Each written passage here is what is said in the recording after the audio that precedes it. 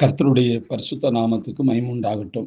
ஆண்டவரும் உலக இரட்சகருமாகிய இயேசு கிறிஸ்துவின் ஈடு இணையற்ற இன்ப நாமத்தில் உங்கள் யாவரையும் கர்த்தருக்குள்ளாக வாழ்த்துகிறேன், ஆசீர்வதிக்கிறேன்.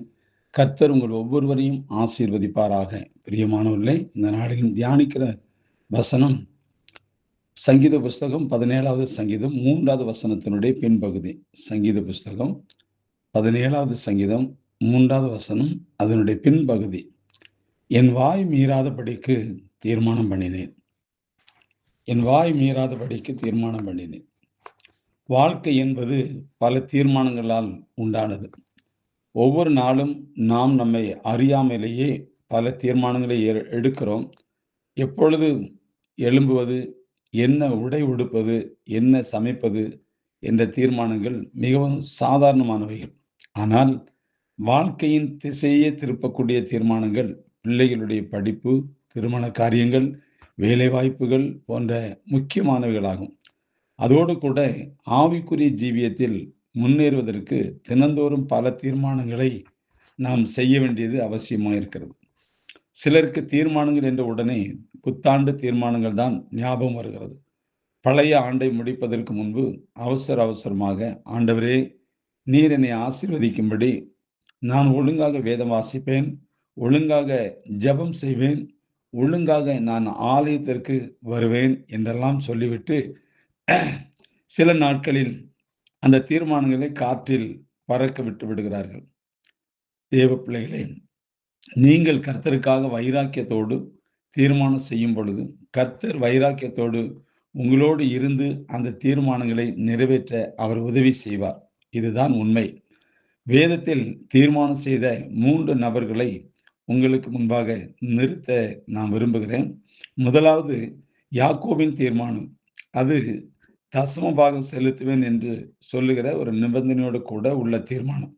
தேவன் என்னோடு கூட இருந்து நான் போகிற இந்த வழியில என்னை காப்பாற்றி உண்ண ஆகாரமும் உடுக்க வஸ்திரமும் எனக்கு தந்து என்னை என் தகப்பன் வீட்டிற்கு சமாதானத்தோடு திரும்பி வர பண்ணுவாரானால் கர்த்தர் எனக்கு தேவனாய் இருப்பார். நான் தூணாக நிறுத்தின இந்த கல் தேவனுக்கு வீடாகும். தேவரீர் எனக்கு தரும் எல்லாவற்றிலும் உமக்கு தசமபாகம் செலுத்துவேன் என்று சொல்லி பொருத்தனை பண்ணி கொண்டான். ஆதியாகமம் புஸ்தகம் 28வது அதிகாரத்துல 20 to 22 வசனத்துல பார்க்கிறோம். ஆனால் நீங்கள் நிபந்தனையோடு அல்ல, நீங்கள் தேவ அன்பினால் கர்த்தருக்கு தசமபாகம் கொடுக்க வேண்டும். இரண்டாவதாக, தாவீதை போல வேத வசனங்களை வாசிப்பேன், தியானிப்பேன், செயல்படுத்துவேன் என்று தீர்மானித்த தாவீதை குறித்து பார்க்கிறோம்.